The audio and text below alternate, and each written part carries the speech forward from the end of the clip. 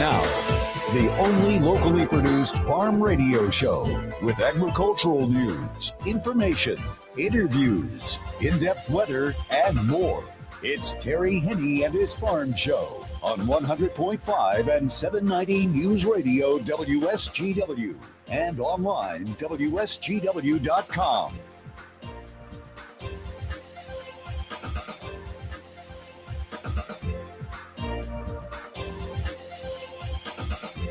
A mostly sunny good morning to you. I hope your day is going well for you, wherever you might be. A whole lot of sunshine out there right now. Looks as though we're going to be able to hang on to it for a little bit as well. Temperatures warming up rather nicely, especially overnight last night.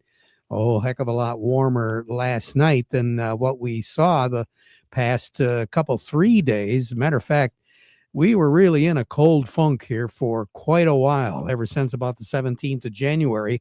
And things just never really warmed up all that much. Even over the weekend, very unusual, but not, I guess, this time of the year. We have run into it in the past where the further north you get, the colder it is, and sun and fog and clouds and mist and freezing and drizzle and all sorts of things going on as far as the weather goes. A little smorgasbord of everything. And over the weekend, we saw temperatures vary quite a bit from south to north, where we saw in some cases temperatures a good 10 to 12 degrees warmer in southern Michigan than what it was here in the Great Lakes Bay area. And temperatures a little bit cooler the further north you got there, and actually some snow. And that's what we're seeing this morning. We're seeing some snow showers, snow flurry activity moving across the upper peninsula. Some of it heavy, coming down pretty good. Matter of fact, within the last hour, we were looking at Sault Ste. Marie, where they were reporting heavy snow. Temperatures up in the Sioux, let me take a quick look here at the latest. Sault Ste. Marie now is reporting a mixed bag of precipitation. Still some snow. It's 29 degrees there. Newberry is at 34. Kinross is at 31. So quite mild for this time of the year all across the UP. Ironwood right now is one of the hot spots in the state. They're currently at 41. Matthew, what are we looking at right now here in the Great Lakes Bay area? Well, over at the airport, it's mostly sunny at 41 degrees. Over at Midland, it's mostly sunny at 43. Here at Radio Center, it's mostly sunny at 42 degrees. We have south winds at 12 miles per hour, and our pressure is at 29.94, and it's falling. A few more clouds, especially in the northwest corner of the lower peninsula, and that activity is moving in an east-southeast direction, but we're not anticipating any of it really moving into the Great Lakes Bay area. So there might be the possibility later on this afternoon or early this evening of maybe a little drizzle, but that's going to be pretty well limited to northern parts of the central part of the lower peninsula and a good part of the northern third of the lower peninsula and all across the UP. Things are going to be clearing out, though, as we go through the remainder of the day and into the weekend. And tomorrow, for all intents and purposes, we're going to be looking at a mix of clouds and sun. And once again, some pretty mild temperatures. We should be at 32 for this time of the year, afternoon, and 17 at night. We're projecting a high temperature today here in the Great Lakes Bay area of 48. Some of you with more sun, brighter sun than others, will cross over the 50-degree region. And we're going to be looking at a southwest wind at right around 5 to 15 miles per hour. As far as systems are concerned, there is one that's moving along the Gulf Coast states. That did generate tornadic activity over the weekend. Officially, 11 tornadoes reported in sections of eastern Texas, as well as Louisiana and Mississippi, which obviously is a strong sign of spring, and very windy along the Gulf Coast from the panhandle of Florida all the way back toward New Orleans, where they had some wind gusts of over 50 miles per hour yesterday afternoon, last night, and early this morning. As far as another system goes, there is one in southern Canada.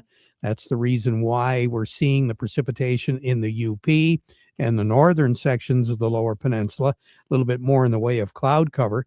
So that one is going to be moving off to the east and not be a factor for us.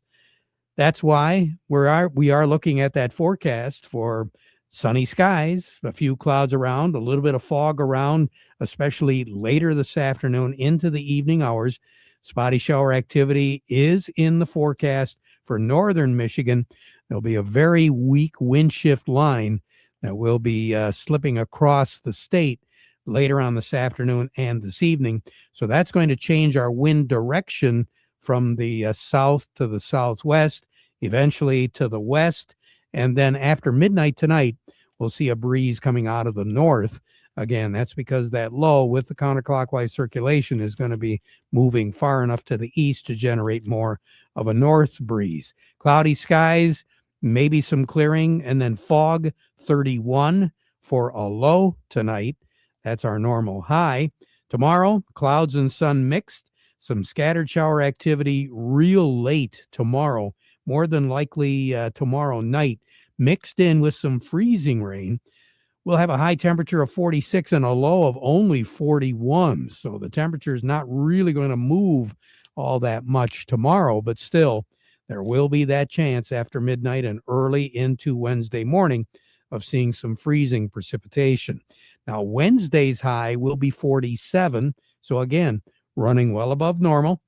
30 for a low on Wednesday night. Clouds, rain and snow early and then late. And in between, we're going to see some glimpses of sun as we go through the day on Wednesday. So whatever precipitation we do get, we're going to see it late on Tuesday into early Wednesday. And then the best chance of any precipitation on Wednesday will be Wednesday morning. As we work our way through the day, we're looking for all the precipitation and the mix and everything to be moving out. 47, as I said, for a high, 30 for a low on Wednesday night. Then on Thursday, back up into and around that 50-degree mark with the mix of clouds and sun. We'll start off more in the way of cloud cover, but then sun as we go through the day. And then Thursday night, another system is going to be affecting our weather late Thursday night into the day on Friday. What that system's going to do on Thursday afternoon late is bring some clouds in. There will be a chance of some rain shower activity in the early evening hours on Thursday night, and it will be turning into snow after midnight on Friday morning. Friday, chance of rain and snow. My guess is, first of all, snow and then rain as we go through the day on Friday. 42 for a high, but then on Friday night, with everything clearing out, it'll be right around 28 for a low on Friday night. Saturday, upper 30s, right around 37, 38 degrees with mostly cloudy skies, so cooler still. 22 for a low on Saturday night. Then into Sunday, a little bit cooler still. Low 30s, right around the freezing mark. And we will have some precipitation moving in. So more than likely, it's going to be cloudy skies and then some sun on Sunday and then a chance of snow on Sunday night. Now, for the period to take us right up to the end of February, we're going to be looking at temperatures averaging a lot closer to normal, precipitation pattern also average, and then to move into the tail end of February, first part of March, slightly above as far as temperatures go, but average as far as the moisture goes. Record high in this state is 60. That was set back in 1921.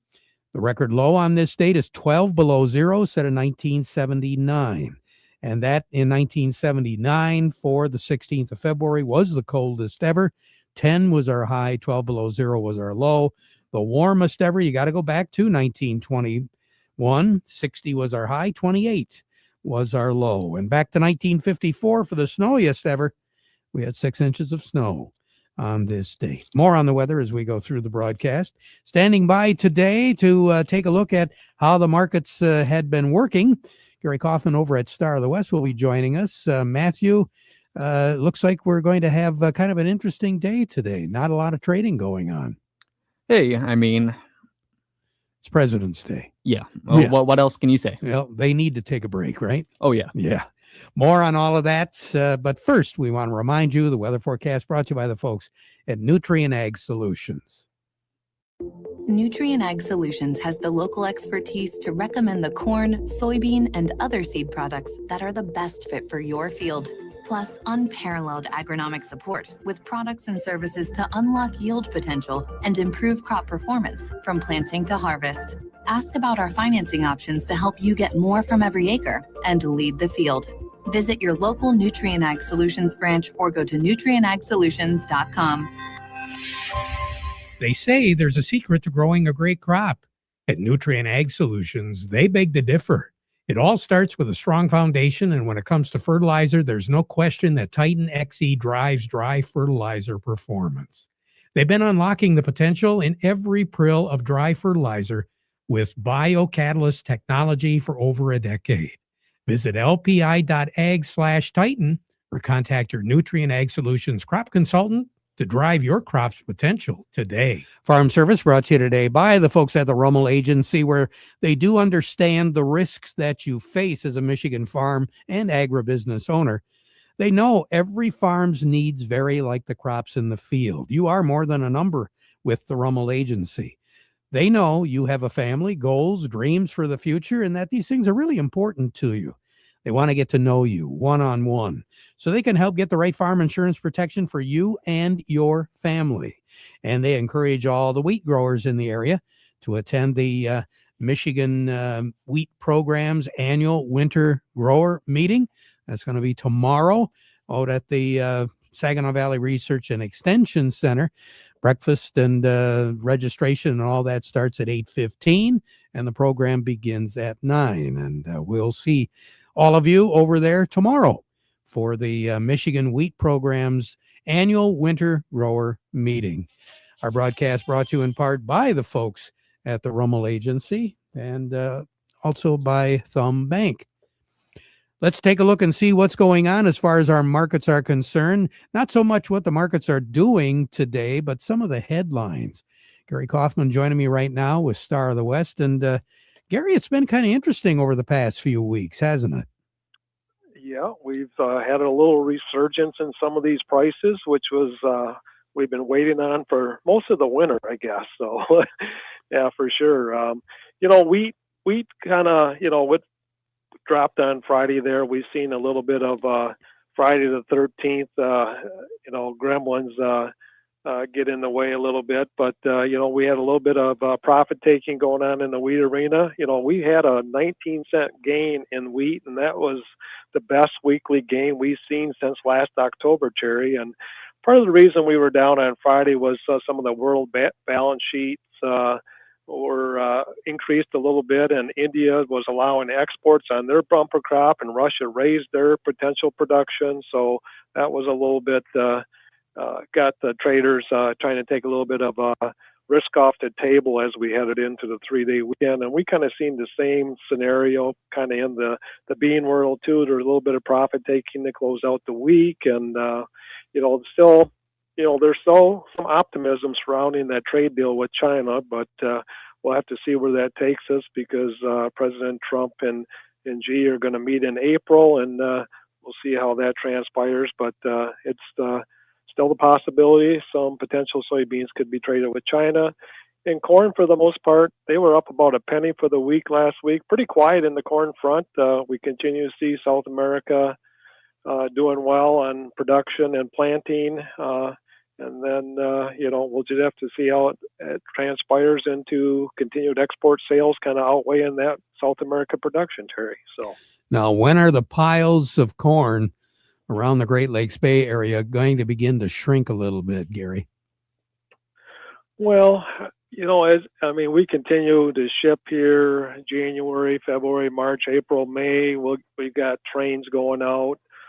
We did get our outside pile indoors here last week at Richville. But a lot of grain movement in the winter months here to get ready for wheat harvest in July as guys try to, make storage space, through the spring months. So, have we seen quite a bit of corn brought in, or do we have several bushels out on farm storage? Yeah, I mean, there seems to be, some of these rallies opens the bin doors up. A lot of times guys got to pay taxes, and that unfortunately gets guys to move some grain. But I think at the end of the day, guys are continue to watch these markets very closely. And the best thing I can tell folks out there, Terry, is put some open orders in, put some target pricings in. We've seen some knee-jerk rally, especially in the soybean market, where that thing moved 30-some cents. Orders were filled, then would drop back off. So they kind of missed those high points when those type of rallies happen during the day trade. So that's always important to do to keep orders out. Keep in contact with your marketing advisors to do that sort of risk management pricing. Overall, Gary, as we kind of reflect back on the harvest of last year, and let's start with the wheat. Did we see good quality with a lot of our wheat as well as the corn and the soybeans? Yeah, quality the last couple of years has been pretty good. This past year in particular, there was a little bit of dicey moments with some of the wet weather, but the guys who do plant wheat, they do an excellent job getting after it when they can, as fast as they can. And at the end of the day, we had a pretty decent quality crop, and then the yields were really good as well, for sure. So. And as far as the corn goes, we really didn't have any issues there. No, from time to time we hear about vomitoxin in corn, but last year we had a good quality crop. I think it was, depending where you're located, we had some dry areas and that didn't get rains when they needed it, especially on the soybeans. We've seen some pockets on soybeans where yield was way down, but I think corn, for the most part, the guys got what they thought they would get, and that turned out pretty well overall. So the big push, as I understand it, for 2026 is going to be increasing yields. Okay, so if everything works out and we have increasing yields, are you guys going to be able to handle all that wheat and all that corn and all those soybeans? Well, it's always a nice challenge to have, is to fit it all in. It's those years that when we do have a drought that the bins don't get filled, but just looking at space capacity in the state of Michigan, the last numbers I looked at, there should be enough space, whether it's on the farm or at the elevators, to get this year's crop all under roof. So, well, that's good to know. That means we're selling it. We're getting rid of it. Absolutely. So how did everything end on Friday, Gary, at Star of the West? Yeah, right now we had, cash wheat. We had that up a penny. I put $5.34 in the white, $4.59 on the red. Where new crop wheat was down a dime at $5.47 on the white, $4.62 on the red. Cash corn was unchanged at $3.87. New crop was up a penny at $4.15. Cash soybeans down a nickel at $10.68, and new crop was down 3, Terry, at $10.39. All righty. Hey, you have a great day, Gary. Thank you so much for sitting in. We'll talk to you sometime here soon, all right? Sounds good, Terry. Thank you. Gary Kaufman over at Star of the West. As far as the markets go, market report brought to you by the folks at Thumb Bank. Working with agriculture since 1895, as Gary mentioned, and as a lot of farmers know, farming today has so many challenges. And the bank, Thumb Bank, they do keep up with those changes as well as industry trends and changes in your operation. 13 locations now throughout the Thumb and the Great Lakes Bay. Thumb Bank, where relationships are built on trust. Market Report also brought to you by Ed Raymond's Quality Clothing and Shoes since 1919. Carhartt's, Red Wing Shoes and Boots, Stormy Cromer Accessories, all of it available today. Ed Raymond's, 151 West Broad Street in Chesaning. You got to stop down there and take a look. You'll be amazed at the amount of inventory they have right now. And of course, with the winter merchandise, probably some sales going on too, and spring merchandise is arriving every day at Ed Raymond's, 151 West Broad Street in Chesaning. They're open 7 days. Check them out online at edraymons.com. Matthew, who do we have on deck? Well, we don't have him yet, but coming up next, we should have Kevin Messing with Michigan Sugar Company. We'll talk to Kevin right after these notes. Are you looking for a technology solution for your farm that'll seamlessly connect all of your equipment and operations? Ag Leader is your full farm solution from cab to cab, season to season, bringing productivity to all corners of your farm operation. Sync it, steer it, plant it, apply it, harvest it, manage it. There's only one way to do it all. Ag Leader It. Contact PC Ag Solutions, your local Ag Leader dealer at 989-868-4444. Farm Service brought to you today by the folks at Legendary Tree Care. Trimming, tree removal. If you got an orchard and you need some trimming done and it's like you're running out of time all the time, Legendary Tree Care, they can help. Remember, no job is too big or too small. They are fully licensed and insured, and they do specialize in those big projects. Legendary Tree Care, MI.com for more information, or like them on Facebook. Market Report also brought to you today by the folks at Freeland Bean and Grain, your Dairyland seed dealers. They're gearing ready here for spring. Great selection of products from SureCrop and Nature's that will help you increase your yields, Mr. Farmer, come this planting season. And, of course, the expert advice of Vic Huffer and his staff. Serving you is their business, and they've been doing it since 1983, Freeland Bean and Grain.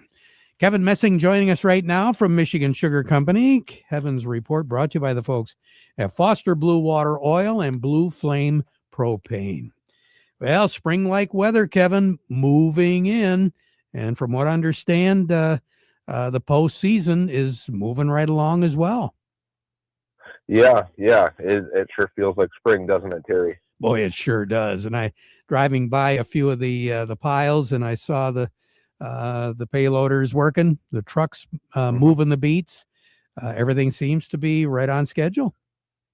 Yeah, I believe our outside transfers going into factories should be wrapping up anytime here. I know 2 of our last 3 were supposed to finish sometime today. So we're right there at the end, and I believe between the last day or 2 of February and the first week of March, all 4 of our factories should slice out. Let's chat just a little bit about the summit, the Beat Summit that was held at SVSU. Give me your take on that. How did it go?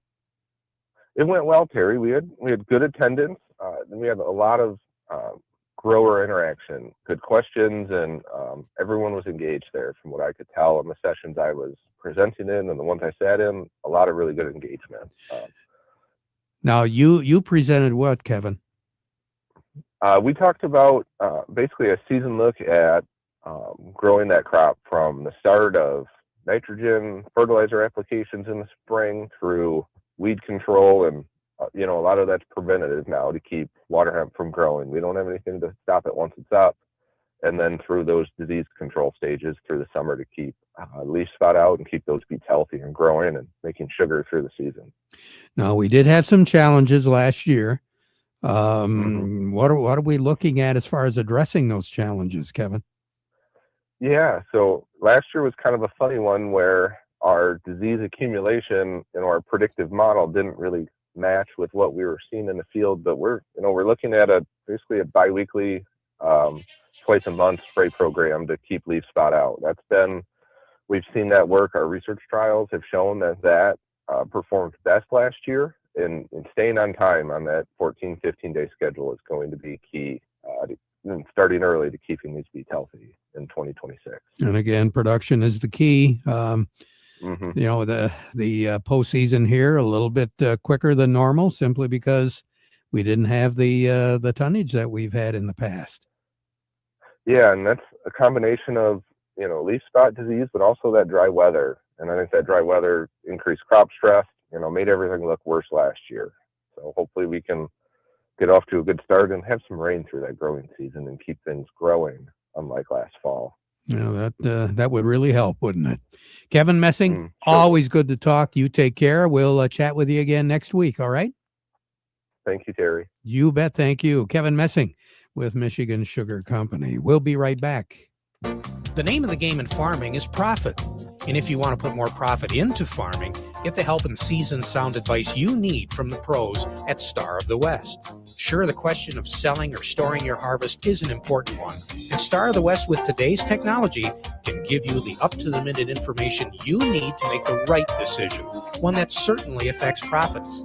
That's just one reason why you should take your corn, your soybeans, any of your crops to Star of the West. The other is well-trained, experienced, knowledgeable people who are true professionals in agribusiness. Star of the West offers you stability that no other firm in the area can approach. This means that people who are in the same positions year after year get to know your needs better and in general know the business better. Since 1870, Star of the West has been and continues to be the one to trust. Star of the West, keeping the valley growing since 1870. Frankenmuth, Reese, Richville, Guerra, and Cass City. Folks at Foster Blue Water Oil and Blue Flame Propane want to remind you that they can take you to the top with more power, faster cold starts, maximum lubricity, and up to 8% improved fuel economy with extreme diesel from Power Service. Foster Blue Water Oil can also easily accomplish your fuel, propane, lubricants, and diesel exhaust fluid needs. Anything you need, it's all under one roof. Visit them online at fosteroil.com or give them a call today and learn more about how they can best serve you. Family owned and operated with over 80 years of experience and integrity to keep you moving forward. That's Foster Blue Water Oil. Obviously, things have been a little tough in agriculture, a little tough as far as what's going on with farm businesses in general all across the country. With more on that, let's talk a little bit about farming that didn't quite make it. New data from U.S. court filings show farm bankruptcies rising again, a troubling sign for family farms from coast to coast and with particular impacts in the Midwest. Chapter 12 bankruptcies increased for the second year in a row in 2025, reaching 315 filings. That's up 46% from 2024. That second increase in a row shows that the farm economy, as we've been talking about, is really struggling and excessive debt loads are starting to hit family farms. That was Samantha Ayub, an economist with the American Farm Bureau Federation. The Midwest and Southeast led the increase, reflecting continued financial stress from rising input costs and weakening commodity receipts. When you have some good years, that capital might be able to get you through a few downturns. We know we've seen declining receipts for 4 years now, and we're just starting to see that second year in a row of increases in bankruptcies. And then secondly, a majority of farms actually don't qualify for Chapter 12 farm bankruptcies. In order to qualify, you have to make the majority of your family income from farming. For communities that depend on agriculture, the rise in bankruptcies can ripple outward, affecting local feed stores, equipment dealers, processing plants, and Main Street businesses. We are seeing our fourth year in a row of declining cash receipts driven largely by crop losses, as well as high-cost specialty crop production really facing negative or very thin margins, even some of our livestock receipts and markets weakening a bit. All of that compounds to a very difficult situation when we're also seeing increasing production costs. Farmers and farm groups warn that without stronger support and more stable prices, continued stress in the farm economy could lead to more closures in the coming year. Want to thank the folks at Michigan Ag Today for that feature. We'll be back at 12:30 with a market update, so you stick around for that. Now we conclude with the playing of our national anthem, brought to you by Euclid Avenue Coin in Bay City.